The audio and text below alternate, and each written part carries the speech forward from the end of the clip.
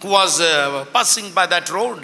ಅದನ್ನು ಹೊತ್ತುಕೊಂಡು ಹೋಗ್ಲಿಕ್ಕೆ ಆಗದೆ ಇರುವಾಗ ಅಲ್ಲಿ ದಾಟಿ ಹೋಗುವಂತ ಸೈಮನ್ ಅನ್ನುವಂತ ವ್ಯಕ್ತಿಯನ್ನ ಕರೀತಾ ಇದ್ದಾರೆ. History says he became a great man. ಅವನೊಬ್ಬ ದೊಡ್ಡ ಶ್ರೇಷ್ಠ ವ್ಯಕ್ತಿ ಆದ.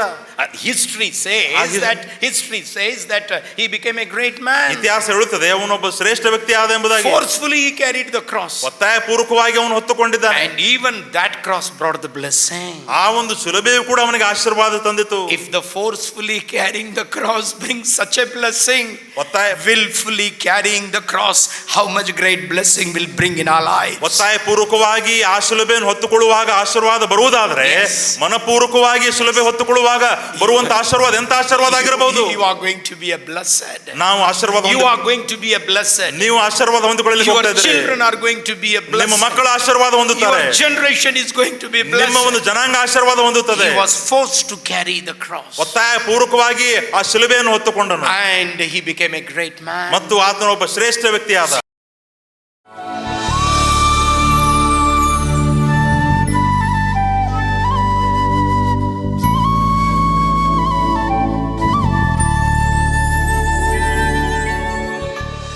आज एक विशेष दिन है. ಇವತ್ತು ಒಂದು ವಿಶೇಷವಾದ ದಿನವಾಗಿದೆ. ಯೇಸು ಮಸೀಹ್ ಮುರ್ದೋ ಮೇ ಸೆ ಜೀ ಉಠಾ ದಿನ है. ಯೇಸು ಸ್ವಾಮಿ ಅವರು ಸತ್ತವರೊಳಗಿಂದ ಎದ್ದು ಬಂದಂತಹ ಒಂದು ದಿನವಾಗಿದೆ. इन दिनों में मैं यीशु मसीह के मुर्दों में से जी उठने के बारे में बहुत सारी चीज़ें बाइबल से, हिस्ट्री से ध्यान कर रहा था. ಈ ಒಂದು ದಿನಗಳಲ್ಲಿ ಯೇಸು ಸ್ವಾಮಿಯವರು ಪುನರುತ್ಥಾನ ಹೊಂದಿದ ವಿಷಯಗಳಲ್ಲಿ ಇರುವಂತ ವಾಕ್ಯಗಳನ್ನ ನಾನು ಧ್ಯಾನ ಮಾಡ್ತಾ ಇದ್ದೆ. और एक बात खास करके मैं देख रहा था कि भाई historical proof of the resurrection of Jesus, यीशु मसीह मुर्दों में से जी उठे हैं, इसकी तारीखी सबूत के बारे में थोड़ा बहुत मैं एक स्टडीज कर रहा था. ಅದರಲ್ಲೂ ವಿಶೇಷವಾಗಿ ಯೇಸು ಸ್ವಾಮಿಯವರು ಸತ್ತವರೊಳಗಿಂದ ಎದ್ದು ಬಂದಂತ ಒಂದು ಐತಿಹಾಸದ ಒಂದು ವಿಷಯದಲ್ಲಿ ನಾನು ಹೆಚ್ಚಾಗಿ ಧ್ಯಾನ ಮಾಡ್ತಾ ಇದ್ದೆ. और जब मैं देख रहा था, ನಾನು ಅದನ್ನು ನೋಡ್ತಾ ಇರುವಾಗ उसके बाद मुझे पता चला जैसे सूरज चमक रहा है वैसे ही यीशु मसीह मुर्दों में से जी उठे, उसकी तारीखी सच्चाई है. ಆಮೇಲೆ ನನಗೆ ಗೊತ್ತಾಯಿತು ಯಾವ ರೀತಿಯಾಗಿ ಸೂರ್ಯನು ಹೊಳೆಯುತ್ತಾ ಇದ್ದಾನೋ ಅದೇ ರೀತಿಯಾಗಿ ಯೇಸು ಸ್ವಾಮಿಯವರು ಸತ್ತವರೊಳಗಿಂದ ಎದ್ದು ಬಂದಿದ್ದ ಆ ಒಂದು ತಾರೀಖ್, ಆ ಒಂದು ದಿನವೂ ಕೂಡ ಅದೇ ರೀತಿಯಾಗಿ ಹೊಳೆಯುತ್ತಾ ಇದೆ. It means the historical proof are abundantly clear today that Jesus is resurrected from the death. ಅದಕ್ಕಾಗಿ ಇದರಿಂದ ನಮಗೆ ಗೊತ್ತಾಗುತ್ತದೆ ಯೇಸು ಸ್ವಾಮಿ ಅವರು ಸತ್ತವರೊಳಗಿಂದ ಎದ್ದು ಬಂದಿದ್ದಾರೆ ಎಂಬುದಾಗಿ ಐತಿಹಾಸಿಕ ಸಾಕ್ಷಿಗೆ ಒಂದು ದೊಡ್ಡ ಸಾಕ್ಷಿಯಾಗಿದೆ. As the sun is undeniably proof that it is existing.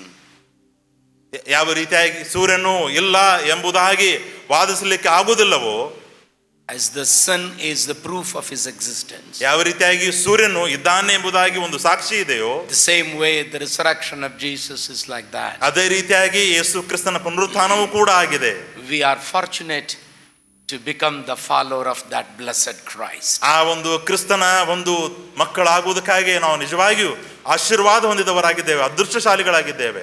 And Jesus is risen from the death. ಯೇಸು ಸತ್ತವರೊಳಗಿಂದ ಎದ್ದು ಬಂದಿದ್ದಾನೆ. And that is why we have come to celebrate today. ಅದಕ್ಕಾಗಿ ಅದನ್ನು ಆಚರಿಸುವುದಕ್ಕಾಗಿ ಸಂಭ್ರಮಿಸುವುದಕ್ಕಾಗಿ ನಾವೆಲ್ಲರೂ ಬಂದಿದ್ದೇವೆ. Resurrection of Jesus is a very much important topic in the Bible. ಬೈಬಲ್ನಲ್ಲಿ ಯೇಸು ಕ್ರಿಸ್ತನ ಪುನರುತ್ಥಾನವು ಅತಿ ಮುಖ್ಯವಾಗಿರುವಂತಹ ಒಂದು ಟಾಪಿಕ್ ಆಗಿದೆ, ಅಧ್ಯಾಯವಾಗಿದೆ. We call it today is a miracle day. ಇವತ್ತು ನಾವು ಈ ಒಂದು ದಿನವನ್ನು ಅದ್ಭುತ ದಿನವೆಂಬುದಾಗಿ ಕರೆಯುತ್ತೇವೆ. I would like to say this is not only the miracle day. ನಾನು ಹೇಳ್ತೇನೆ ಇದು ಬರೀ ಒಂದು ಅದ್ಭುತದ ದಿನವಲ್ಲ. Jesus himself is a miracle. ಯೇಸು ಕ್ರಿಸ್ತನ ಸ್ವತಃ ಅವನೇ ಅದ್ಭುತವಾಗಿದ್ದಾನೆ. Jesus has done, यीशु मसीह बहुत सारे miracle किए हैं. ಯೇಸು ಸ್ವಾಮಿಯವರು ಅನೇಕ ಅದ್ಭುತಗಳನ್ನು ಮಾಡಿದ್ದಾರೆ. मैं बताना चाहता हूँ, ನಾನು ಹೇಳಲಿಕ್ಕೆ ಬಯಸ್ತಾ ಇದ್ದೇನೆ, यीशु मसीह ही miracle है. ಯೇಸು ಕ್ರಿಸ್ತನೇ ಅದ್ಭುತವಾಗಿದ್ದಾನೆ. जब यीशु हमारे अंदर है, ಯಾವಾಗ ಯೇಸು ನಮ್ಮ ಒಳಗಡೆ ಇದ್ದಾನೋ, इसका मतलब ये हुआ कि यीशु नहीं हमारे अंदर. ಇದರ ಅರ್ಥ ಯೇಸು ನಮ್ಮ ಒಳಗಡೆ ಇದ್ದಾನೆ ಎಂಬುದಾಗಿ ಅಲ್ಲ. यीशु नहीं है हमारे अंदर, ನಮ್ಮ ಒಳಗಡೆ ಯೇಸು ಇಲ್ಲ, miracle है हमारे अंदर. ನಮ್ಮ ಒಳಗಡೆ ಅದ್ಭುತವಿದೆ. Look about the birth of Jesus Christ. ಯೇಸು ಕ್ರಿಸ್ತನ ಜನನದ ಬಗ್ಗೆ ನೋಡ್ರಿ. When Jesus was born, ಯಾವಾಗ ಯೇಸು ಕ್ರಿಸ್ತನು ಜನಿಸಿದರೋ, no person is born without the combination of male and female. ಒಂದು ಹೆಣ್ಣು ಮತ್ತು ಗಂಡ ಸೇರದೇ ಇರುವ ರೀತಿಯಲ್ಲಿ ಯಾರು ಕೂಡ ಇದುವರೆಗೆ ಹುಟ್ಟಿಲ್ಲ. ಕಠಿಣವಲ್ಲ, ಅಸಾಧ್ಯವಾಗಿದೆ. ಕಠಿಣವಲ್ಲ, ಅದು ಅಸಾಧ್ಯವೂ ಕೂಡ ಆಗಿದೆ. But that happened through Jesus Christ. ಆದರೆ ಯೇಸು ಕ್ರಿಸ್ತನ ಮುಖಾಂತರ ಆ ಕಾರ್ಯ ನಡೆಯಿತು. इसका मतलब क्या हो गया? ಇದರ ಅರ್ಥ ಏನಾಯ್ತು? That which is impossible by man is possible with God. ಯಾವ ಕಾರ್ಯ ಮನುಷ್ಯನಿಂದ ಅಸಾಧ್ಯವಾಗಿದೆಯೋ ಅದು ದೇವರಿಂದ ಸಾಧ್ಯವಾಗಿದೆ.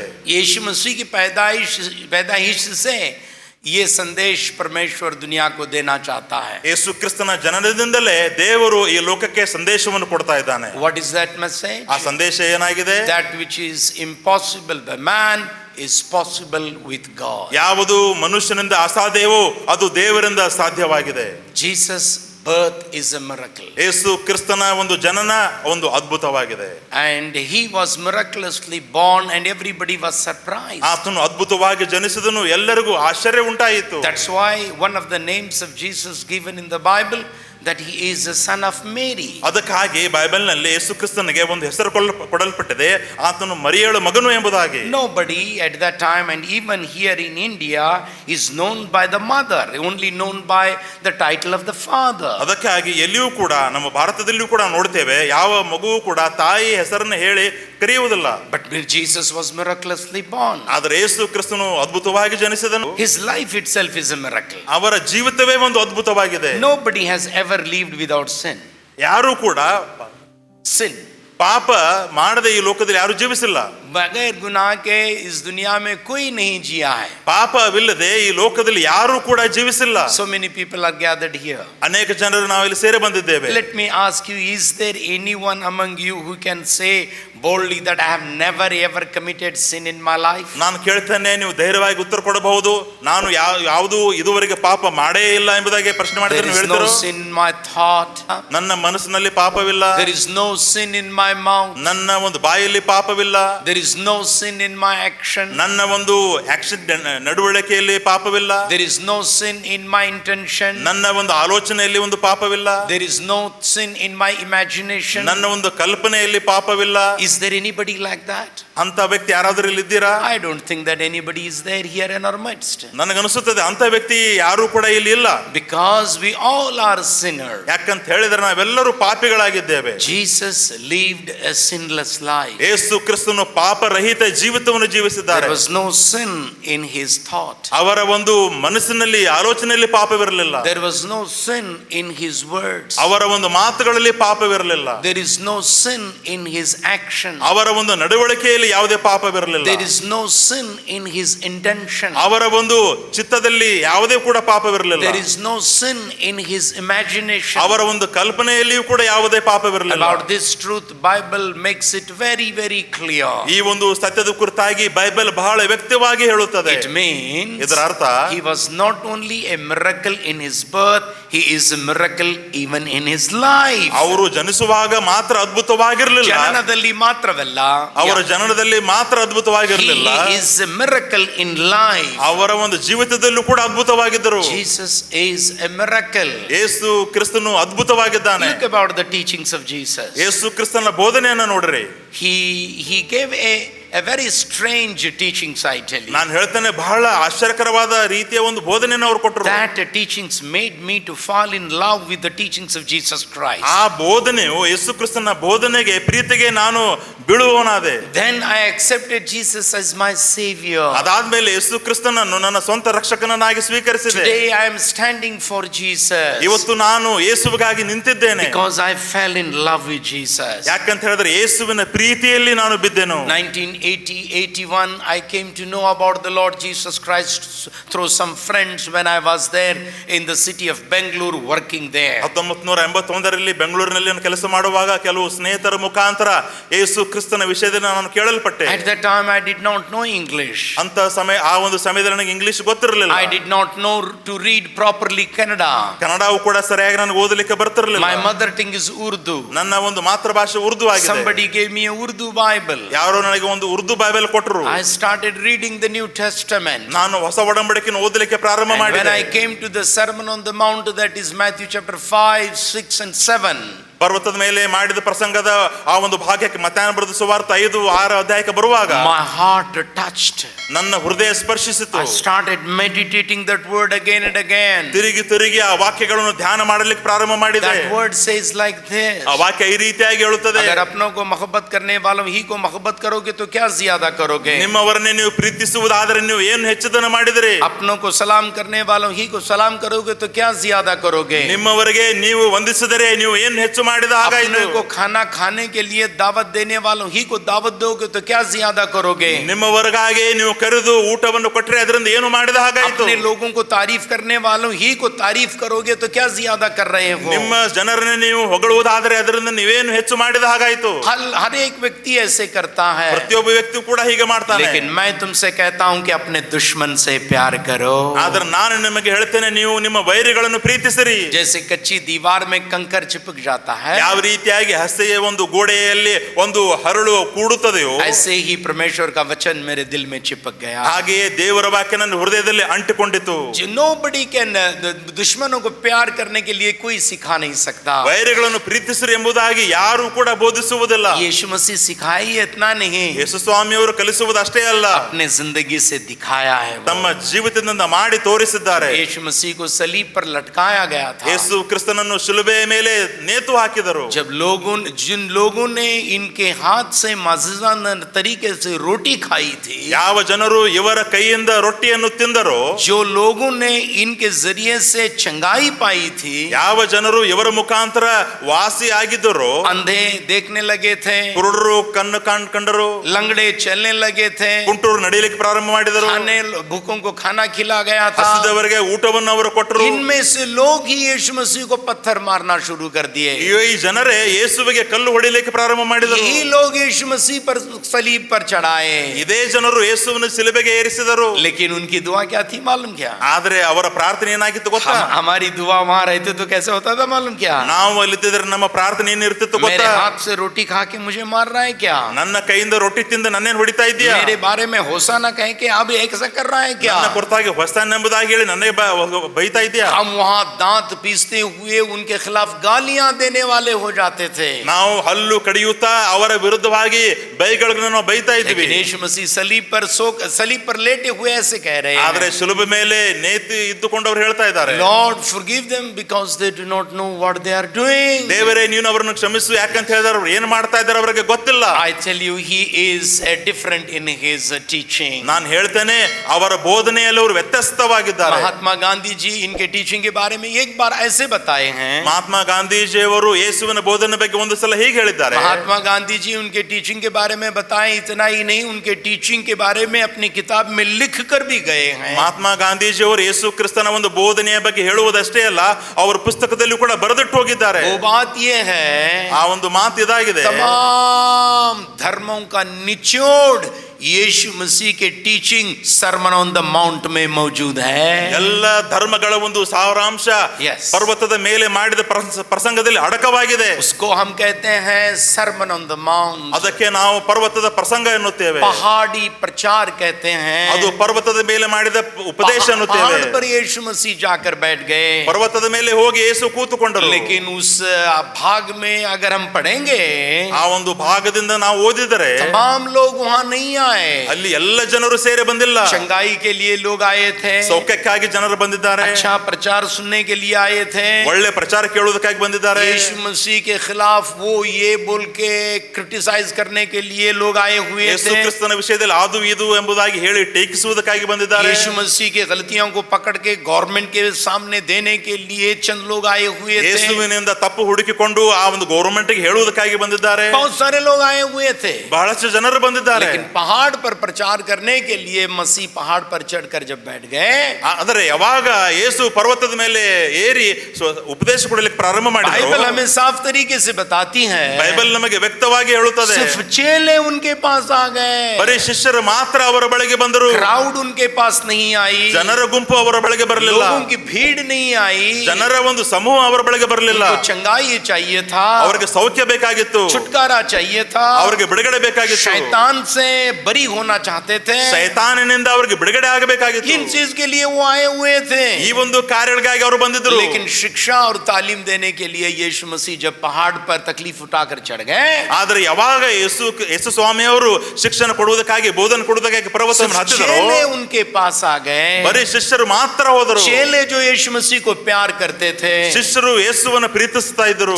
यीशु मसीह को प्यार करने वाले चेले, ಯೇಸುವನ್ನು ಪ್ರೀತಿಸುವ ಶಿಷ್ಯರು, वही चेले यीशु मसीह के पास आ गए.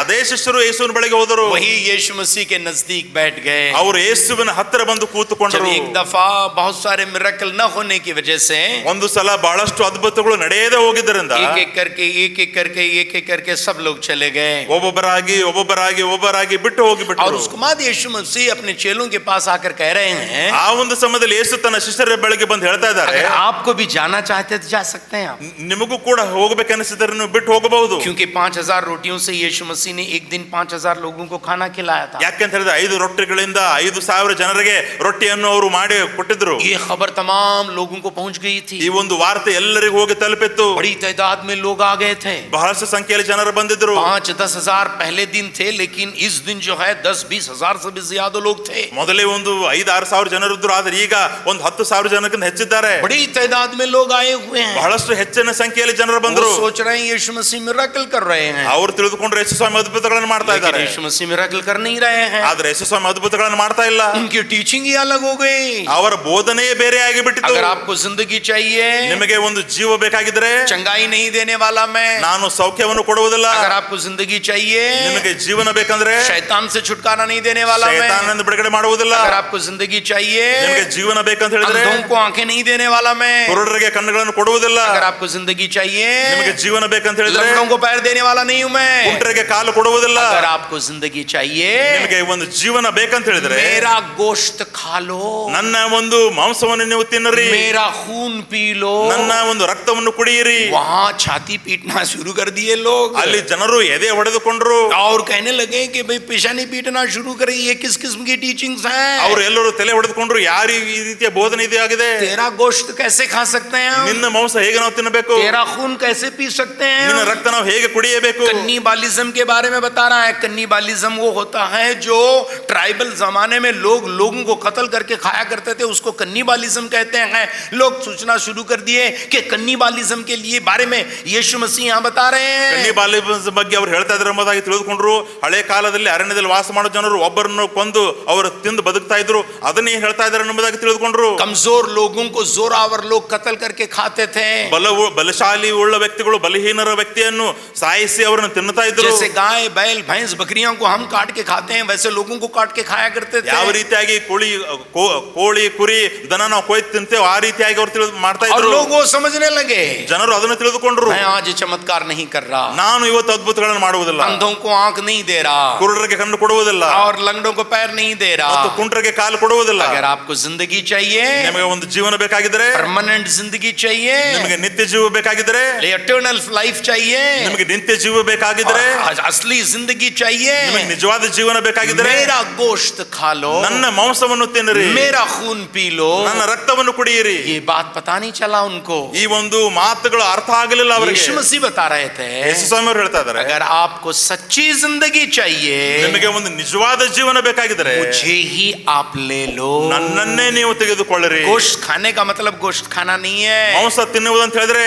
ಅದು ಮಾಂಸ ತಿನ್ನುವುದಲ್ಲ. खून पीना मतलब खून पीना नहीं है. ರಕ್ತ ಕುಡಿಯಿರಿ ಎಂಬುದಾಗಿ ಹೇಳಿದಾಗ ರಕ್ತ ಕುಡಿಯುವುದಲ್ಲ. मुझे ही ले लो आप. ನನ್ನನ್ನೇ ನೀವು ತೆಗೆದುಕೊಳ್ಳಿರಿ. मेरी टीचिंग को नहीं, ನನ್ನ ಬೋಧನೆಯನ್ನಲ್ಲ, मेरे मिरेकल को नहीं, ನನ್ನ ಅದ್ಭುತಗಳನ್ನಲ್ಲ, मेरी बरकतों को नहीं, ನನ್ನ ಆಶೀರ್ವಾದಗಳನ್ನಲ್ಲ, मेरे अनुग्रह को नहीं, ನನ್ನ ಅನುಗ್ರಹಗಳನ್ನಲ್ಲ, मुझे ही आप ले लो.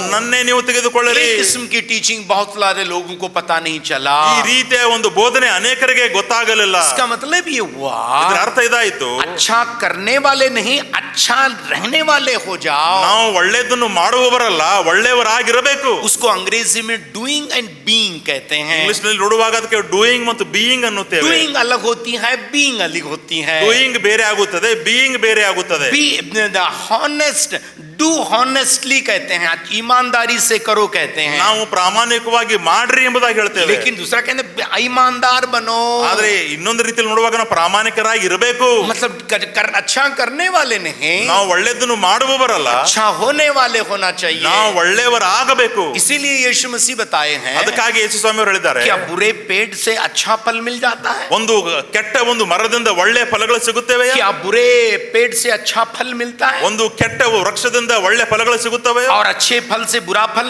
अच्छे पेड़ से बुरा फल मिलता है क्या, ಅಥವಾ ಒಂದು ಒಳ್ಳೆ ಗಿಡದಿಂದ ಒಂದು ಕೆಟ್ಟ ಫಲ ಸಿಗುತ್ತದೆಯೋ? अच्छा फल पाने के लिए ಒಳ್ಳೆ ಫಲವನ್ನು ಹೊಂದುವುದಕ್ಕಾಗಿ अच्छा पेड़ होना है, ಒಳ್ಳೆ ಒಂದು ಗಿಡವಾಗಬೇಕು, अच्छे फल होना चाहिए. ಒಳ್ಳೆ इन ಫಲಗಳಾಗಿರಬೇಕು. तमाम चीजों को जब हम प्रार्थना पूर्वक ध्यान करना शुरू कर देंगे तो पता चल जाता है कि Jesus was doing a miracle in his teaching. ಈ ಎಲ್ಲಾ ಕಾರ್ಯಗಳನ್ನು ಪ್ರಾರ್ಥನೆ ಪೂರ್ವಕವಾಗಿ ನಾವು ಧ್ಯಾನ ಮಾಡುವಾಗ ನಮ್ಗೆ ಗೊತ್ತಾಗುತ್ತದೆ, ಯೇಸು ಸ್ವಾಮಿ ಅವರು ತಮ್ಮ ಬೋಧನೆಯಲ್ಲಿ ಅದ್ಭುತಗಳನ್ನು ಮಾಡ್ತಾ ಇದ್ರು. आपकी पैदाइश से ही एक मिरेकल है, वो ಅವರ ಒಂದು ಜನನದಿಂದಲೇ ಒಂದು ಅದ್ಭುತವಾಗಿದೆ, उनकी जिंदगी से वो एक मिरेकल है, ಅವರ ಜೀವಿತವೇ ಒಂದು ಅದ್ಭುತವಾಗಿದೆ, उनकी तालीम या उनकी शिक्षा से एक मिरेकल है, वो ಅವರ ಬೋಧನೆಯೇ ಒಂದು ಶಿಕ್ಷೆ ಒಂದು ಅದ್ಭುತವಾಗಿದೆ. अलग अलग टीचिंग्स अलग अलग लोगों को दिए हैं, ಬೇರೆ ಬೇರೆ ಒಂದು ಬೋಧನೆಗಳನ್ನು ಬೇರೆ ಬೇರೆ ಜನರಿಗೆ ಅವರು ಕೊಟ್ಟಿದ್ದಾರೆ. वो टीचिंग्स जो है आला है, बाला है, ऊंचा है, हायर स्टैंडर्ड रखने वाले हैं. ಆ ಒಂದು ಬೋಧನೆಯು ಬಹಳ ಉನ್ನತ ಮಟ್ಟದಲ್ಲಿ ಇಡುವಂತದ್ದಾಗಿದೆ. उसके बाद यीशु मसीह एक बार ऐसे बताए हैं, ಅದಾದ್ಮೇಲೆ ಯೇಸು ಸ್ವಾಮಿ ಇನ್ನೊಂದು ಮಾತು अगर ಹೇಳಿದ್ದಾರೆ, आप स्वर्ग राज में जाना है,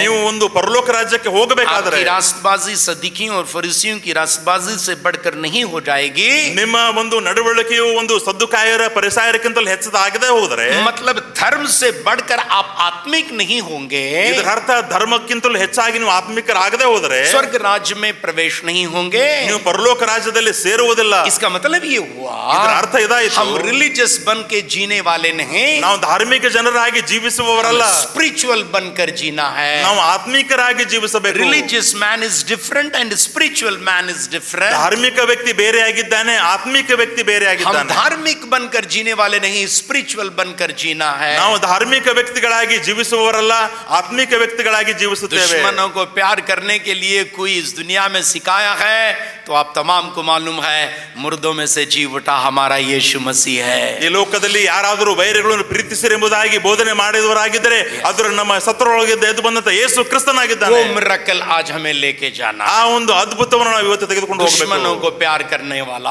ವೈರಿಗಳನ್ನು ಪ್ರೀತಿಸುವ चंद लोग हमसे प्यार करते हैं, चंद लोग नहीं प्यार करते. ಕೆಲವು ಜನರು ನಮ್ಮನ್ನು ಪ್ರೀತಿಸುತ್ತಾರೆ, ಕೆಲವು ಜನರು हमें ಪ್ರೀತಿಸುವುದಿಲ್ಲ. नफरत करने वाले और अदावत करने वाले भी होते हैं. ನಮ್ಮನ್ನು ದ್ವೇಷಿಸುವವರು, ನಮ್ಮನ್ನು ತಿರಸ್ಕರಿಸುವವರು ಕೂಡ ಇದ್ದಾರೆ. लेकिन मैं आपको बताना चाहता हूँ, ಆದ್ರೆ ನಾನು ನಿಮಗೆ ಹೇಳ್ತೇನೆ, आप अच्छे लोग से मिले या बुरे लोगों से मिले, ನೀವು ಒಳ್ಳೆ ಜನರಿಗೆ ಭೇಟಿಯಾಗಿರಿ, ಕೆಟ್ಟ ಜನರಿಗೆ ಭೇಟಿಯಾಗಿರಿ, मदद करने वाले हो या छीन लेने वाले हो, ಸಹಾಯ ಮಾಡುವವರಾಗಿರಲಿ, ಕಸಿದುಕೊಳ್ಳುವವರಾಗಿರಲಿ, सलाम करने वाले हो या बुरा भला कहने वाले हो, ನಿಮ್ಮನ್ನು ವಂದಿಸುವವರಾಗಿರಲಿ ಅಥವಾ ನಿಮ್ಮ ವಿರುದ್ಧವಾಗಿ ಕೆಟ್ಟದ್ದನ್ನು ಆಡಿರಲಿ, यीशु मसीह बता रहा है, ಯೇಸು ಸ್ವಾಮಿಯವರು ಹೇಳ್ತಾ ಇದ್ದಾರೆ, सबको प्यार करने वाले हो जाओ. ಎಲ್ಲರನ್ನು ಪ್ರೀತಿಸುವವರಾಗಿರ್ರಿ. जोसेफ फ्लेचर बोल के एक व्यक्ति के बारे में बताऊं, जोसेफ बोल के एक व्यक्ति के बारे में पढ़ा हूं. ಜೋಸೆಫ್ ಎನ್ನುವರ ವ್ಯಕ್ತಿಯ ಬಗ್ಗೆ ನಾನು ಓದಿದ್ದೇನೆ. वो यथीस्ट है, वो ಅವರು ನಾಸ್ತಿಕರು, परमेश्वर पर नहीं मानता हो, ಅವರು ದೇವರ ಮೇಲೆ ನಂಬಿಕೆ ಇಡುವುದಿಲ್ಲ, मिरेकल पर नहीं मानता हो, ಅದ್ಭುತಗಳನ್ನು ನಂಬುವುದಿಲ್ಲ. लेकिन उन्होंने भी बताए हैं, ಆದ್ರೆ ಅವರು ಒಂದು ಮಾತನಾಡಿದ್ದಾರೆ, there is a healing in love. ಒಂದು ಪ್ರೀತಿಯಲ್ಲಿ ಒಂದು ಸೌಖ್ಯವಿದೆ, ಪ್ರೀತಿಯಲ್ಲಿ ಸೌಖ್ಯ ಉಂಟು, ಪ್ರೀತಿಯಲ್ಲಿ ಸೌಖ್ಯ ಉಂಟು. when we are loving, ನಾವು ಯಾವಾಗ ಪ್ರೀತಿಸುತ್ತೇವೆಯೋ we are bringing healing. ನಾವು ಸೌಖ್ಯವನ್ನು ತರುತ್ತೇವೆ. यीशु मसीह वसी तरह से किए हैं. ಯೇಸು ಸ್ವಾಮಿ ಅವರು ಅದೇ ರೀತಿಯಾಗಿ आज ಮಾಡಿದ್ದಾರೆ. सुबह मैं क्या बताना चाहता हूँ, ಇವತ್ತು ಮುಂಜಾನೆ ಏನ್ ಹೇಳಲು ಬಯಸ್ತಾ ಇದ್ದೇನೆ, प्यार और मोहब्बत से जीने वाले होना चाहिए. ನಾವು ಪ್ರೀತಿಯಿಂದ ಜೀವಿಸುವವರಾಗಿರಬೇಕು. He is miracle, his teaching is a miracle, ಆತನ ಬೋಧನೆ ಅದ್ಭುತವಾಗಿತ್ತು, birth is a miracle, ಜನನ ಅದ್ಭುತವಾಗಿತ್ತು, life is a miracle, ಜೀವನವು ಅದ್ಭುತವಾಗಿತ್ತು, his teaching is miracle, ಅವರ ಬೋಧನೆ and ಅದ್ಭುತವಾಗಿದೆ, his miracle is a miracle. I tell you, ಅವರ ಅದ್ಭುತ ಒಂದು ಅದ್ಭುತವಾಗಿದೆ. ನಾನು how ಹೇಳ್ತೇನೆ, the miracle is miracle. ಹೇಗೆ ಒಂದು ಅದ್ಭುತವು ಅದ್ಭುತವಾಗಿದೆ.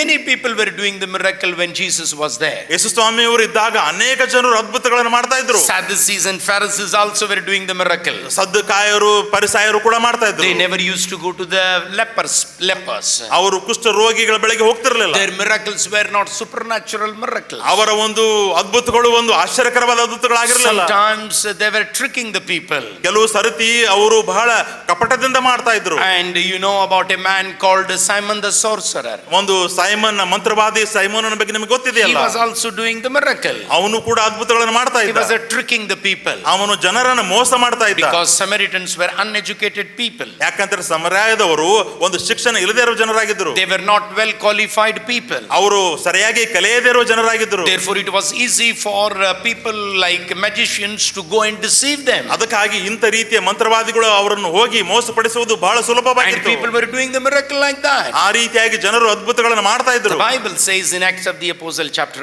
8, ಅಪೊಸ್ತಲರ ಬರೆದ ಕೃತ್ಯಗಳು 8ನೇ ಅಧ್ಯಾಯದಲ್ಲಿ ಬೈಬಲ್ ಹೇಳುತ್ತದೆ, the people who had seen the trick saw the miracle. ಯಾವಾಗ ಜನರು ಆ ಮಾಡುವ ಆ ಒಂದು ಕುತಂತ್ರವನ್ನು ಮತ್ತು ಅದ್ಭುತಗಳನ್ನು ನೋಡಿದರು, They started comparing. ಅವರು ಎರಡುಗಳನ್ನು ಹೋಲಿಸಿದರು. And they started comparing, they started coming in a large number to the Lord Jesus Christ. ಆ ಒಂದು ಸಮಯದಲ್ಲಿ ಕರ್ತನಾದ ಯೇಸುವಿನ ಬಳಿಗೆ ಹೆಚ್ಚಿನ ಸಂಖ್ಯೆಯಲ್ಲಿ ಜನರ ಸಮೂಹ ಬಂದುಬಿಟ್ಟಿತು. The miracles which Jesus was doing, ಅದ್ಭುತ ಯೇಸು ಸ್ವಾಮಿ ಮಾಡುವಂತ ಅದ್ಭುತಗಳು they were not tricks. ಅದು ಯಾವುದೇ ತಂತ್ರಗಾರಿಕೆ ಇರಲಿಲ್ಲ.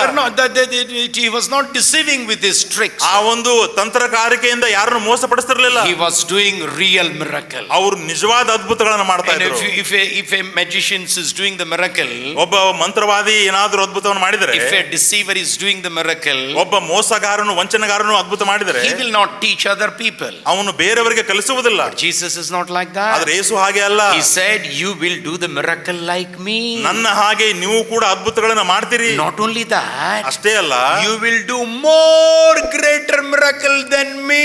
ನೀವು ನನಗಿಂತಲೂ ಶ್ರೇಷ್ಠವಾದ ಅದ್ಭುತಗಳನ್ನು ಮಾಡ್ತೀರಿ. Which master will tell like that, you tell me? ನೋಡ್ರಿ, ಯಾವ ಗುರು ಆ ರೀತಿಯಾಗಿ You will ಹೇಳ್ತಾನೆ? teach me much more better than me. ನೀವು ನನಗಿಂತಲೂ ಒಳ್ಳೆಯ ಬೋಧನೆಯನ್ನು ನೀವು ಮಾಡ್ತೀರಿ. You will do much more greater business than me. ನೀವು ನನಗಿಂತಲೂ ಹೆಚ್ಚಿನ ಒಳ್ಳೆ ಬಿಸಿನೆಸ್ ಮಾಡ್ತೀರಿ. Which businessman will say that? ಯಾವ ಬಿಸಿನೆಸ್ ಮ್ಯಾನ್ ಹೇಳ್ತಾನೆ Which ಹೇಳ್ರಿ? miracle healer will say that? ಯಾವ ಒಂದು ಅದ್ಭುತ ಮಾಡ್ಬೇಕು ಹೇಳ್ತಾನೆ Which ಹೇಳ್ರಿ? master will say that? ಯಾವ ಗುರು ಹೇಳ್ತಾನೆ But ಹೇಳ್ರಿ? there is one master who said that. ಆದ್ರೆ ಒಬ್ಬ ಗುರು ಇದ್ದಾನೆ, ಅವನು That ಹೇಳಿದ್ದಾನೆ. is our Lord Jesus Christ. ಅದು ನಮ್ಮ ಕರ್ತನಾದ ಯೇಸು ಸ್ವಾಮಿ ಅವರು. His miracle is a miracle. ಅವರ ಅದ್ಭುತಗಳು ಅದ್ಭುತವಾಗಿವೆ. And some miracles were doing only to surprise the people. ಕೆಲವು ಅದ್ಭುತಗಳು ಒಂದು ಸರ್ಪ್ರೈಸ್ ಕೊಡುವುದಕ್ಕಾಗಿ, ಆಶ್ಚರ್ಯಪಡಿಸುವುದಕ್ಕಾಗಿ ಮಾತ್ರ ಮಾಡ್ತಾ ಇದ್ರು. Suddenly I am bringing ash from hand. ತಕ್ಷಣವೇ ನನ್ನ ಕೈಯಿಂದ ಬೂದಿ ತರ್ತಾ ಇದ್ದೇನೆ. You know, some people are bringing the ash will come. ಕೆಲವು ಜನರು ಈ ರೀತಿಯಾಗಿ ಒಂದು ಬೂದಿ ತೆಗೆದುಕೊಂಡು And some ಬರ್ತಾರೆ. people will water is coming here. ಕೆಲವು ಜನರು ಹೀಗೆ ನೀರು ತೆಗೆದುಕೊಂಡು ಬರ್ತಾರೆ. Oh, people are surprised. ಜನರು ಅದನ್ನು ನೋಡಿ ಆಶ್ಚರ್ಯಚಕಿತರಾಗ್ತಾರೆ. मेरी माँ इसी मिरेकल के बारे में बताती थी. ನನ್ನ ತಾಯಿ ಇಂಥ ಅದ್ಭುತ ಬಗ್ಗೆ ಮಾತಾಡ್ತಾ ಇದ್ರು. एक दरगाह के बारे में बताती थी. ದರ್ಗಾ ಬಗ್ಗೆ ಅವ್ರು ಹೇಳ್ತಾ ಇದ್ರು. और वहाँ दरगाह के सामने के लीम का पेड़ है. ದರ್ಗಾದ ಮುಂದೆ ಒಂದು ಬೇವಿನ ಗಿಡ ಇದೆ. रात के 12 बजे शक्कर गिरती है. ಮಧ್ಯರಾತ್ರಿ 12 ಗಂಟೆಗೆ ಸಕ್ಕರೆ ಬೀಳ್ತದೆ. उस वक्त हमारे गांव में शक्कर फैक्ट्री बना रहे थे. ಅಂತ ಆ ಒಂದು ಸಮಯದಲ್ಲಿ ನಮ್ಮ ಊರಿನಲ್ಲಿ ಒಂದು ಶುಗರ್ ಫ್ಯಾಕ್ಟರಿ ಕಟ್ತಾ मैं ಇದ್ರು. छोटा लड़का था. ನಾನು ಚಿಕ್ಕವನಾಗಿದ್ದೆ. मेरे मन में सवाल ऐसे दौड़ रहे थे. ನನ್ನ ಮನಸ್ಸಿನಲ್ಲಿ ಹೀಗೆ ಪ್ರಶ್ನೆ ಬರ್ತಾ ಇತ್ತು. नीम के पेड़ से रात के 12 बजे शक्कर गिर रही तो शक्कर फैक्ट्री बनाने की क्या जरूरत? ಬೇವಿನ ಒಂದು ಗಿಡದಿಂದ ಮಧ್ಯರಾತ್ರಿ 12 ಗಂಟೆಗೆ ಸಕ್ಕರೆ ಬೀಳುವುದಾದ್ರೆ ಶುಗರ್ ಫ್ಯಾಕ್ಟರಿ ಕಟ್ಟುವುದರಿಂದ ಏನು ಉಪಯೋಗ?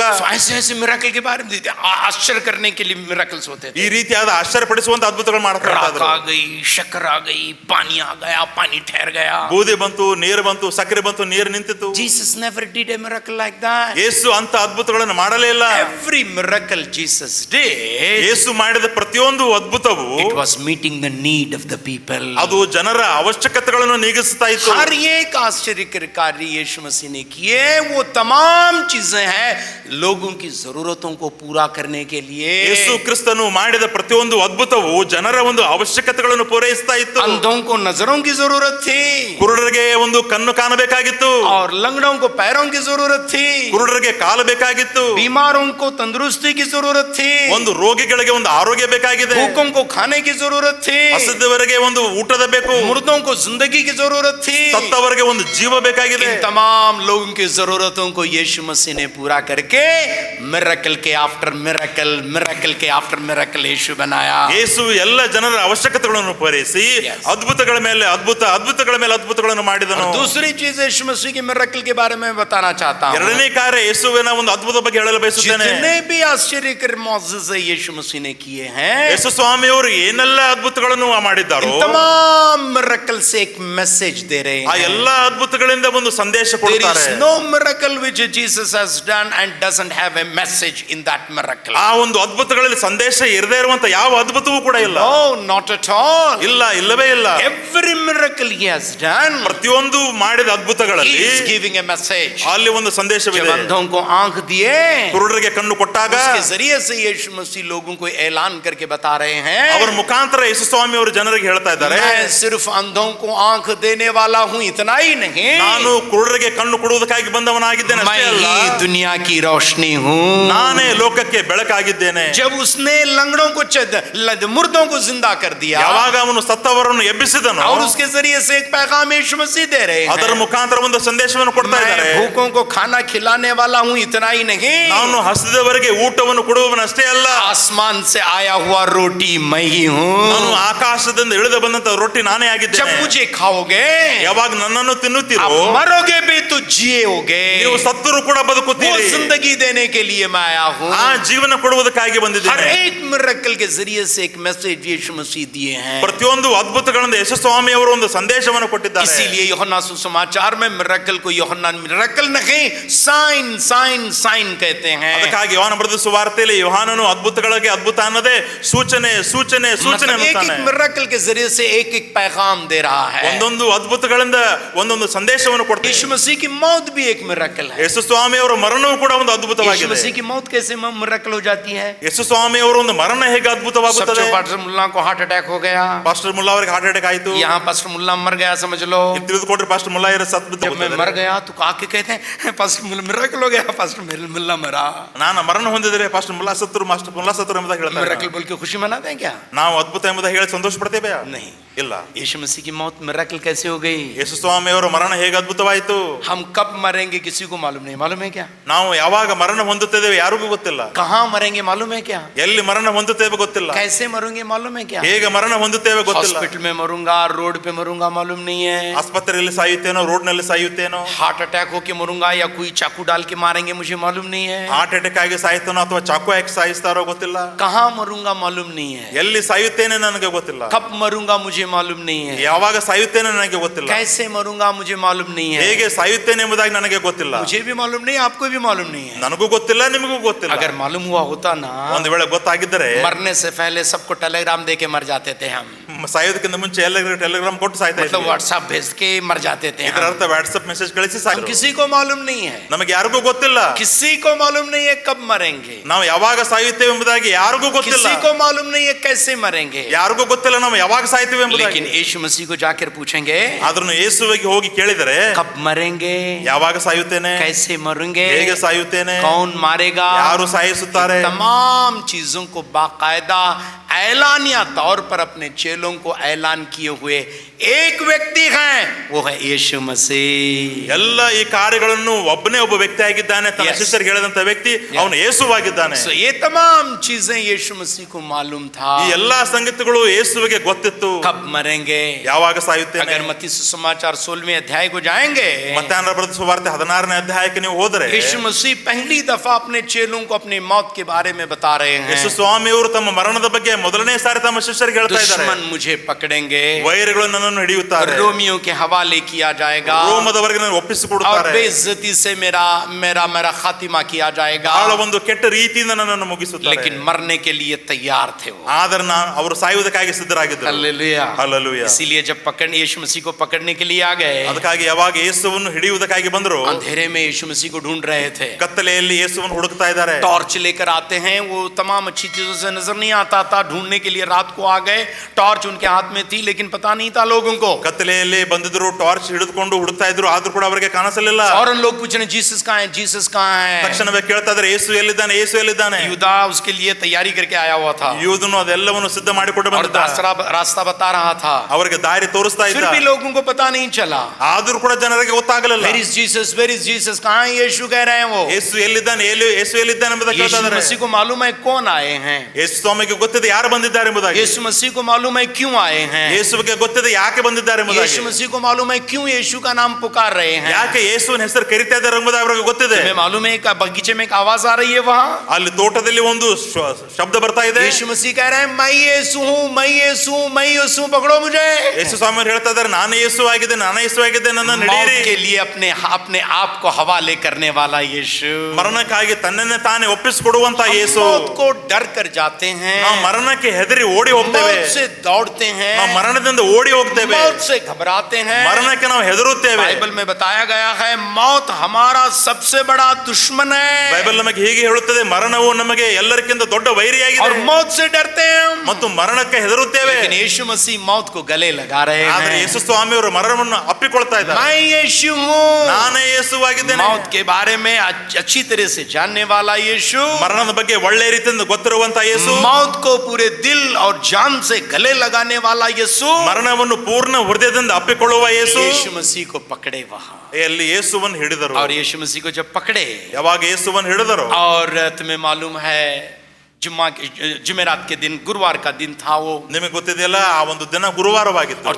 6 कोर्ट में आपका मुकदमा हुआ. ಅವರಿಗೆ 6 ಕೋರ್ಟ್ಗಳಲ್ಲಿ ಅವರ ವಿರುದ್ಧವಾಗಿ ದಾವೆ ನಡೆಯಿತು. दो गवर्नमेंट थे वहां, ಅಲ್ಲಿ 2 ಗವರ್ಮೆಂಟ್ಗಳಿದ್ದವು. एक यहूदी गवर्नमेंट थी, ಒಂದು ಯಹೂದಿ ಗವರ್ಮೆಂಟ್ और ಇತ್ತು, दूसरा रोमन गवर्नमेंट था. ಎರಡನೇದು ರೋಮ ಸರ್ಕಾರವಿತ್ತು. जैसे ब्रिटिश का रूल इंडिया में होता था उस वक्त इंडियन गवर्नमेंट के लोकल गवर्नमेंट लोग भी होते थे, और नेशनली ब्रिटिश गवर्नमेंट भी हुआ करती थी. ಯಾವ ರೀತಿಯಾಗಿ ಭಾರತ ದೇಶದಲ್ಲಿ ಒಂದು ಬ್ರಿಟಿಷ್ ಸರ್ಕಾರ ಆಳ್ತಾ ಇತ್ತು, ಅದೇ ರೀತಿಯಾಗಿ ಒಂದು ಲೋಕಲ್ ಆಗಿ ಸ್ಥಾನಿಕವಾಗಿ ಒಂದು ಸರ್ಕಾರ ಆಳ್ತಾ ಇತ್ತು. ಅದೇ ಸಮಯದಲ್ಲಿ ರಾಷ್ಟ್ರ ಮಟ್ಟದಲ್ಲಿ ಕೂಡ ಒಂದು ಸರ್ಕಾರ ಆಳ್ತಾ ಇತ್ತು. ऐसे ही 2 किस्म के गवर्नमेंट थे वहां. ಅದೇ ರೀತಿಯಾಗಿ 2 ರೀತಿಯ ಸರ್ಕಾರಗಳಲ್ಲಿದ್ದವು. अगर इस्लामिक कंट्रीज में अगर जाएंगे, ನೀವು ಇಸ್ಲಾಮಿಕ್ ಒಂದು ದೇಶಗಳಿಗೆ ಹೋದರೆ 2 किस्म के गवर्नमेंट वहां रहेंगे. ಅಲ್ಲಿ 2 ರೀತಿಯ ಸರ್ಕಾರಗಳಿವೆ. रिलीजियस गवर्नमेंट रहेगी और दूसरा पॉलिटिकल गवर्नमेंट रहेगी. ಒಂದು ಧಾರ್ಮಿಕ ಒಂದು ಗವರ್ಮೆಂಟ್ ಇರುತ್ತದೆ, ಒಂದು ಆತ್ಮಿಕ ಗವರ್ಮೆಂಟ್ ಇರುತ್ತದೆ, ಸಾರಿ ರಾಜಕೀಯ ಗವರ್ಮೆಂಟ್ ಇರುತ್ತದೆ. इधर रिलीजियस रहेगा और पॉलिटिकल रहेगा. ಒಂದು ಧಾರ್ಮಿಕವಾಗಿರುತ್ತದೆ, ರಾಜಕೀಯವಾಗಿರುತ್ತದೆ. रिलीजियस गवर्नमेंट का हिसाब किताब हुआ गया. ಯಾವ ಧಾರ್ಮಿಕ ರೀತಿಯ ಒಂದು यीशु मसीह को, ಯೇಸುವಿನ ಒಂದು ಕುರಿತಾಗಿ ಧಾರ್ಮಿಕ ಒಂದು ನ್ಯಾಯ ತೀರ್ಪಲ್ಲಿ ನಡೆಯಿತು. और 3 बार उनका मुकदमा हुआ. 3 ಸಲ ಅವರ ವಿರುದ್ಧವಾಗಿ ದಾವೆ ನಡೆಯಿತು. उसके बाद 3 बार रोमन कोर्ट में उनका मुकदमा चला. ಅದಾದ್ಮೇಲೆ ರೋಮ ಒಂದು ಕೋರ್ಟ್ ನಲ್ಲಿ ಅವರಿಗೆ 3 ಸಲ ದಾವೆ ನಡೆಯಿತು. All the 6 judgment judges clearly said like this. ಎಲ್ಲ 6 ನ್ಯಾಯಸ್ಥಾಪಕರು ಹೇಳ್ತಾ ಇದ್ದಾರೆ, ಜಡ್ಜ್ ಹೇಳ್ತಾ ಇದ್ದಾರೆ, We find no mistake in him. ಆತನಲ್ಲಿ ಯಾವ ತಪ್ಪು ನಮಗೆ ಕಾಣ್ತಾ ಇಲ್ಲ. इनमें कोई गलतियां हमने नहीं पाई. ಇವರಲ್ಲಿ ಯಾವ ತಪ್ಪು ನಮಗೆ ಕಾಣಿಸ್ತಾ ಇಲ್ಲ. गलतियां न पाने के बावजूद भी कत्ल के लिए, मौत के लिए डाला जाना, ये एक बड़ी अजीब बात है. ಅವರಿಂದ ಯಾವ ತಪ್ಪು ಸಿಗದೆ ಇದ್ದಾಗಿಯೂ ಕೂಡ ಅವರನ್ನು ಮರಣಕ್ಕೆ ಒಪ್ಪಿಸಿಕೊಡುವುದೇ ಒಂದು ದೊಡ್ಡ ಅದ್ಭುತವಾಗಿದೆ. यीशु मसीह उस मौत के लिए राजी हो गए. ಯೇಸು ಸ್ವಾಮಿಯವರ ಮರಣಕ್ಕಾಗಿ ಸಿದ್ಧರಾದರು. और यीशु मसीह मारे गए. ಯೇಸು ಸ್ವಾಮಿಯನ್ನು ಸಾಯಿಸಿದರು. एक और बात बताने के लिए जा रहा हूं. ಇನ್ನೊಂದು ಕಾರ್ಯ ನಿಮಗೆ ಹೇಳಲಿಕ್ಕೆ ಹೋಗ್ತಾ ಇದ್ದೇನೆ. यीशु मसीह की मौत मौत नहीं है. ಯೇಸುವಿನ ಒಂದು ಮರಣವಲ್ಲ. यीशु मसीह की मौत हमारे लिए कुर्बानी है. ಯೇಸುವಿನ ಒಂದು ಮರಣ ನಮಗೆ ಯಜ್ಞವಾಗಿದೆ. That is why we call it as a miracle. ಅದಕ್ಕಾಗಿ ನಾವು ಅದಕ್ಕೆ ಅದ್ಭುತ ಅನ್ನುತ್ತೇವೆ. Though the Roman government executed what Jewish people demanded, ಯಹೂದರು ಏನು ಬೇಡಿಕೊಂಡರು ಅದರ ವಿಷಯದಲ್ಲಿ ಆ ಒಂದು ರೋಮ ಸರ್ಕಾರ ಕೇಳಿಕೊಂಡಿತು. though he was killed on the cross, ಆ ಶಿಲುಬೆ ಮೇಲೆ ಅವರನ್ನು ಸಾಯಿಸಿದರು. you and I need to recognize one remarkable truth about the death of Jesus. ಯೇಸು ಕ್ರಿಸ್ತನ ಮರಣದ ಬಗ್ಗೆ ನಾವು ನೀವು ಒಂದು ಕಾರ್ಯ ತಿಳಿದುಕೊಳ್ಳಬೇಕು. Jesus' death is not a death. ಯೇಸುವಿನ ಒಂದು ಮರಣವಲ್ಲ, It is a sacrifice. ಅದು ಒಂದು ಯಜ್ಞವಾಗಿದೆ. That is why the forgiveness of sin is there in his death. ಅದಕ್ಕಾಗಿ ಅವರ ಒಂದು ಮರಣದಲ್ಲಿ ನಮಗೆ ಪಾಪ ಕ್ಷಮಾಪಣೆ ಇದೆ. Anand did some, Mullah did some problem and you are killing Anand. What is logic in that? Mulla ಏನೋ ತಪ್ಪು ಮಾಡಿದ್ದಾನೆ, ಆನಂದನನ್ನು ಸಾಯಿಸ್ತಾ ಇದ್ದಾರೆ, ಅದರಿಂದ ಏನು ನಿಮಗೆ ಸಿಗ್ತಾ ಇದೆ? जब बकरे को कुर्बानी कर रहे हैं, ಒಂದು ಕುರಿಗೆ ನಾವು ಬಲಿ ಕೊಡುವಾಗ और बकरा पूछ रहा है, ಆ ಒಂದು ಕುರಿ ಕೇಳ್ತಾ ಇದೆ, क्यों मुझे कत्ल कर रहे हैं? ನೀವು ನನ್ನನ್ನು ಯಾಕೆ ಸಾಯಿಸ್ತಾ ಇದ್ದೀರಿ? खाने के लिए कत्ल कर रहे हैं क्या? ನೀವು ನನ್ನನ್ನು ತಿನ್ನುವುದಕ್ಕಾಗಿ ಸಾಯಿಸ್ತಾ ಇದ್ದೀರಾ? खाने के लिए नहीं, ತಿನ್ನುವುದಕ್ಕಾಗಿ ಅಲ್ಲ. किसी ने गलती, मुल्ला गलती किया है. ಮುಲ್ಲಾ ತಪ್ಪು ಮಾಡಿದ್ದಾನೆ. गलती मुल्ला किया है, बकरा मर रहा है. ಮುಲ್ಲಾ ತಪ್ಪು ಮಾಡಿದ್ದಾನೆ, ಆದರೆ ಕುರಿ ಕೊಯ್ಯಲ್ಪಡ್ತಾ That ಇದೆ. is the concept of sacrifice. ಅದು ಒಂದು ಯಜ್ಞದ ಒಂದು ಕಾನ್ಸೆಪ್ಟ್ ಆಗಿದೆ. और उसके बाद यीशु मसीह कह रहे हैं, ಅದಾದ್ಮೇಲೆ ಯೇಸು ಸ್ವಾಮಿ ಹೇಳ್ತಾ ಇದ್ದಾರೆ, गाय बैल भैंस बकरे मरने की जरूरत नहीं. ಇನ್ನು ದನ ಕುರಿ ಕೋಳಿ ಸಾಯುವುದು ಅವಶ್ಯಕತೆ ಇಲ್ಲ. तमाम गुनाह के लिए मैं कुर्बानी दे रहा हूँ. ಎಲ್ಲ ಪಾಪಗಳಿಗಾಗಿ ನಾನು ಯಜ್ಞವನ್ನು ಅರ್ಪಿಸ್ತಾ ಇದ್ದೇನೆ. Death of Jesus is a sacrifice. ಯೇಸುವಿನ ಒಂದು ಮರಣ ಒಂದು ಯಜ್ಞವಾಗಿದೆ. दुश्मन पकड़े आपको ऐसे जैसे के चोर को, दुश्मन पकड़े आपको ऐसे जैसे के चोर को, खून कपड़े पहनाए मासूम खुदा के बर्रे को, खूनी कपड़े पहनाए मासूम खुदा के बर्रे को, कांटों का ताज सर पे तेरे लिए पहना दिया मसीह अपने जान सबके लिए कुर्बान, कांटों का ताज सर पे तेरे लिए पहना किया मसीह अपने जान सबके लिए कुर्बान, मजाक उड़ा उड़ा कर चढ़ा दिए सूली पर, मजाक उड़ा उड़ा कर चढ़ा दिए सूली पर, खून बहाते बहाते तेरे लिए यीशु ने जान अपनी दी, ओ खून बहाते बहाते तेरे लिए यीशु ने जान अपनी दी, कांटों का ताज सर पे तेरे लिए पहना किया मसीह अपने जान सबके लिए कुर्बान. Jesus' death is a miracle. ಯೇಸುವಿನ ಮರಣ ಅದ್ಭುತವಾಗಿದೆ. He was arrested on Thursday. ಗುರುವಾರ ಅವರನ್ನು ಬಂಧಿಸಿದರು. जुमेरात को आपको अरेस्ट किया गया. ಗುರುವಾರ ರಾತ್ರಿ ಅವರನ್ನು ಬಂಧಿಸಿದರು. जुम्मा यानी शुक्रवार को आपको सलीब पर चढ़ाया गया. ಶುಕ್ರವಾರ ಅವರನ್ನು ಶಿಲುಬೆಗೆ ಏರಿಸಿದರು. और ठीक 12 बजे सलीब पर आप चढ़ गए. 12 ಗಂಟೆಗೆ ಸರಿಯಾಗಿ ಮಧ್ಯಾಹ್ನ 12 बजे से लेकर 3 बजे तक 12 ಗಂಟೆಯಿಂದ 3 ಗಂಟೆಯವರೆಗೆ Jesus was lying helplessly there on the cross. ಆ ಶಿಲುಬೆ ಮೇಲೆ ಯೇಸು ಸ್ವಾಮಿ ಅವರು ನಿಸ್ಸಹಾಯಕರಾಗಿ ನೇತಾಡ್ತಾ ಇದ್ರು. And he was praying there. ಅಲ್ಲಿ ಪ್ರಾರ್ಥನೆ ಮಾಡ್ತಾ ಇದ್ರು. And he was uttering the words there. ಅಲ್ಲಿ ಅವರು ಪದಗಳನ್ನು ಹೇಳ್ತಾ ಇದ್ರು. You remember what the words he uttered there? ಅವರು ಹೇಳಿದಂತ ಆ ಒಂದು ಮಾತುಗಳು ಏನದ ಗೊತ್ತಾ? Father, forgive them what they are doing, they do not know. ತಂದೆ, ನೀನು ಅವರನ್ನು ಕ್ಷಮಿಸು, ಅವರು ಮಾಡುವುದು ಅವರಿಗೆ ಗೊತ್ತಿಲ್ಲ. Is it possible for any man to utter like that on situation like that? ಅಂತ ಒಂದು ಸ್ಥಿತಿಯಲ್ಲಿ ಯಾವುದೇ ಒಬ್ಬ ಮನುಷ್ಯನಿಗೆ ಆ ರೀತಿಯಾಗಿ ಪ್ರಾರ್ಥನೆ ಮಾಡಲಿಕ್ಕೆ ಆಗುತ್ತದೆಯೋ? Suddenly death is okay. ಅಕಸ್ಮಾತ್ವಾಗಿ ಬರುವಂತ ಮರಣ, sudden death, sudden, when quickly dying is okay. ಪಕ್ಕನೆ ಬರುವಂತ ಮರಣ ಪರವಾಗಿಲ್ಲ. But little by little dying is a terrible. ಆದರೆ ಸ್ವಲ್ಪ ಸ್ವಲ್ಪವಾಗಿ ಸಾಯುವುದು ಬಹಳ ಕಠಿಣವಾಗಿದೆ. I know some people who have struggled. I don't want to live. I want to die. Why am not I dying? ಕೆಲವು ಜನರನ್ನು ನೋಡಿದ್ದೇನೆ, ನಾನು ಇರ್ಲಿಕ್ಕೆ ಮನಸ್ಸಿಲ್ಲ, ನಾನು ಸಾಯಬೇಕು, I don't want to die like this. ನಾನು ಈ ರೀತಿಯಾಗಿ ಸಾಯಲಿಕ್ಕೆ ಮನಸ್ಸಿಲ್ಲ. Little by little, little by little, little by little he was ಸ್ವಲ್ಪವಾಗಿ ಸ್ವಲ್ಪವಾಗಿ ಸ್ವಲ್ಪವಾಗಿ ಸಾಯುವುದು. not only 3 hours from 12 o'clock to 3 o'clock. 12 ಗಂಟೆಯಿಂದ 3 ಗಂಟೆವರೆಗೆ ಅಷ್ಟೇ ಅಲ್ಲ, Night itself he was beaten. ರಾತ್ರಿ ಎಲ್ಲ ಅವರನ್ನು ಹೊಡೆದಿದ್ದಾರೆ. He was half dead actually. ನಿಜವಾಗಿ ನೋಡುವಾಗ ಅರ್ಧ ಅವರು ಸತ್ತು ಹೋಗಿದ್ದಾರೆ. That's why he was not able to carry the cross. ಅದಕ್ಕಾಗಿ ಶಿಲುಬೆ ಹೊತ್ತುಕೊಳ್ಳಲಿಕ್ಕೆ ಅವರಿಂದ ಆಗಲಿಲ್ಲ. Merciless soldiers were hitting him. ಕರುಣೆ ಇಲ್ಲದಿರುವಂತಹ ಸೈನಿಕರು ಅವರನ್ನು ಹೊಡೆದರು. And he was not able to carry at all, and suddenly they called Simon the Syrian who was passing by that road. ಅದನ್ನು ಹೊತ್ತುಕೊಂಡು ಹೋಗ್ಲಿಕ್ಕೆ ಆಗದೆ ಇರುವಾಗ ಅಲ್ಲಿ ದಾಟಿ ಹೋಗುವಂತ ಸೈಮನ್ ಅನ್ನುವಂತ ವ್ಯಕ್ತಿಯನ್ನ ಕರೀತಾ ಇದ್ದಾರೆ. History says he became a great man. ಅವನೊಬ್ಬ ದೊಡ್ಡ ಶ್ರೇಷ್ಠ ವ್ಯಕ್ತಿ ಆದ.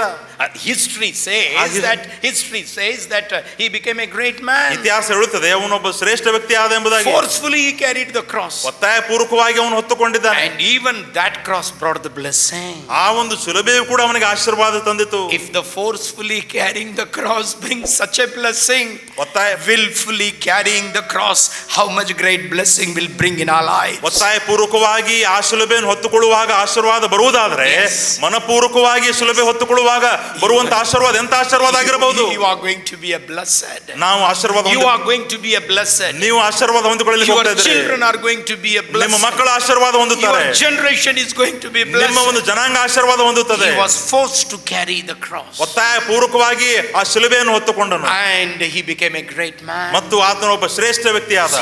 Jesus died on the cross. ಶಿಲುಬೆ ಮೇಲೆ ಯೇಸು ಸತ್ತು ಹೋದ. And he was restlessly rattling for the life for many hours there. ಬಹಳಷ್ಟು ಗಂಟೆಗಳವರೆಗೆ ಅವರು ಬಹಳ ಒಂದು ತೊಂದರೆಗೆ ಒಳಗಾಗಿದ್ದರು. ಅವರು ಬಹಳ ಹಿಂಸೆ ಅನುಭವಿಸಿದರು. 3 o'clock he died 3 o'clock. 3 ಗಂಟೆಗೆ ಅವರು ತೀರಿ ಹೋದರು. ಸಾತ್ವಿ ಪ್ರಾರ್ಥನಾ 7th words of Jesus is like this. ಯೇಸುವಿನ ಒಂದು 7ನೇ ಹೇಳಿದಂತ ಒಂದು ವಾಕ್ಯ, ಖುದಾ ಮೇರಿ ರೂಹ್ ತೆರೆ ಹಾಥೋ ಮೇ ದೇ ರಹಾ ಹೂಂ. ಓ ದೇವರೇ, ನನ್ನ ಆತ್ಮವನ್ನು ನಿನ್ನ ಕೈಗೆ ಒಪ್ಪಿಸಿ ಕೊಡ್ತಾ ಇದ್ದೇನೆ. means Jesus could not have died till he gives his spirit. ಇದರ ಅರ್ಥ ತನ್ನ ಆತ್ಮವನ್ನು ಒಪ್ಪಿಸಿ ಕೊಡುವವರೆಗೆ ಅವರು ಸಾಯಲಿಲ್ಲ. He had his life in his hand. ಅವರ ಒಂದು ಜೀವನ ಅವರ ಕೈಯಲ್ಲೇ ಇತ್ತು. He handed his life in the hand of Judas Iscariot. He handed his life in the hand of Judas Iscariot, and he handed his spirit in the hand of the Almighty God. ಅವರ ಜೀವನವನ್ನು ಇಸ್ಕರಿಯೋತ ಯೋಧನ ಕೈಗೆ ಒಪ್ಪಿಸಿಕೊಟ್ಟರು. Yes. ಆದರೆ ಅವರ ಆತ್ಮವನ್ನು ದೇವರ ಕೈಗೆ ಒಪ್ಪಿಸಿಕೊಡ್ತಾ ಇದ್ದಾರೆ. He is giving in the hand of God. ಅವರು ದೇವರ ಕೈಗೆ ಒಪ್ಪಿಸಿಕೊಡ್ತಾ ಇದ್ದಾರೆ. 3 o'clock he died. 3 ಗಂಟೆಗೆ ಅವರು ತೀರಿ ಹೋದರು. And in the evening he was taken from there. ಸಾಯಂಕಾಲ ಅಲ್ಲಿಂದ ಅವರನ್ನು ಕೆಳಗಡೆ ಇಳಿಸಿದರು. And when the soldiers put the spears in his ribs, ಯಾವಾಗ ಪಕ್ಕೆಯಲ್ಲಿ ಆ ಒಂದು ಸೈನಿಕರು ಈಟಿಯನ್ನು ತಿವಿದರು, and nothing was flowing, ಅಲ್ಲಿಂದ ಏನು ಹರಿದು ಬರ್ತಿರಲಿಲ್ಲ, then they knew that he is dead. ಆವಾಗ ಗೊತ್ತಾಯಿತು ಇಲ್ಲಿಗೆ ಅವರಿಲ್ಲ ಎಂಬುದಾಗಿ, ಜೀವ ಇಲ್ಲ. He was brought down ಅವರನ್ನು ಕೆಳಗೆ ತೆಗೆದುಕೊಂಡು ಬಂದರು and buried in the tomb. ಆ ಒಂದು ಸಮಾಧಿ ಅವರನ್ನು ಮಾಡಿದರು. And tomb was locked there. ಆ ಸಮಾಧಿಯು ಮುಚ್ಚಲ್ಪಟ್ಟಿತ್ತು. Because they were frightened about many things about this man. ಯಾಕಂತಂದ್ರೆ ಈ ಒಂದು ವ್ಯಕ್ತಿಯ ಕುರಿತಾಗಿ ಬಹಳಷ್ಟು ಹೆದರಿಕೆ ಅವರಿಗೆ ಇತ್ತು. Roman soldiers had sealed it. Rome ಒಂದು ಸೈನಿಕರು ಅದನ್ನು ಸೀಲ್ ಮಾಡಿದರು. And Jewish authorities were guarding about that. ಮತ್ತು ಅದರ ವಿಷಯದಲ್ಲಿ ಯಹೂದ್ಯ ಜನರು ಕಾಯ್ತಾ ಇದ್ದರು. Friday passed. ಶುಕ್ರವಾರ ದಾಟಿತು. Saturday passed. ಶನಿವಾರ ದಾಟಿತು. Sunday early in the morning. ಭಾನುವಾರ ಮುಂಜಾನೆ. That is today. ಅದು ಇವತ್ತು. Jesus was resurrected. ಯೇಸು ಸತ್ತವರೊಳಗಿಂದ ಎದ್ದು ಬಂದನು. Our Jesus is alive. ನಮ್ಮ ಯೇಸು ಜೀವಿಸುತ್ತಾ ಇದ್ದಾನೆ. He is not on the cross. ಅವರು ಶಿಲುಬೆಯ ಮೇಲೆ ಇಲ್ಲ. He is not in the grave. ಅವರು ಒಂದು ಸಮಾಧಿಯಲ್ಲಿ ಇಲ್ಲ. He is not in the dust. ಅವರು ಒಂದು ಧೂಳಿನಲ್ಲಿ ಇಲ್ಲ. He is risen. ಅವರು ಎದ್ದಿದ್ದಾರೆ. He is risen. ಅವರು ಎದ್ದಿದ್ದಾರೆ. ನಾವು ದೇವರನ್ನು ಆರಾಧನೆ ಮಾಡುವುದಕ್ಕಾಗಿ ಭಾನುವಾರ ಬರುವಾಗ, ನಾವು ದೇವರನ್ನ ಆರಾಧನೆ ಮಾಡಲಿಕ್ಕೆ ಭಾನುವಾರ ಬರುವಾಗ, we don't come to worship God. ನಾವು ದೇವರನ್ನ ಆರಾಧನೆ ಮಾಡಲಿಕ್ಕೆ ಬರ್ತಾ ಇಲ್ಲ. We come to celebrate the resurrection of the Lord Jesus Christ. ಕರ್ತನಾದ ಯೇಸುವಿನ ಪುನರುತ್ಥಾನದ ಬಗ್ಗೆ ಸಂಭ್ರಮಿಸುವುದಕ್ಕಾಗಿ ಬರುತ್ತೇವೆ. Jesus is living. ಯೇಸು ಜೀವಿಸುತ್ತಾ ಇದ್ದಾನೆ. Shall we all stand up, look to God today? ನಾವೆಲ್ಲರೂ ಎದ್ದು ನಿಂತುಕೊಂಡು ದೇವರನ್ನು ನೋಡಿ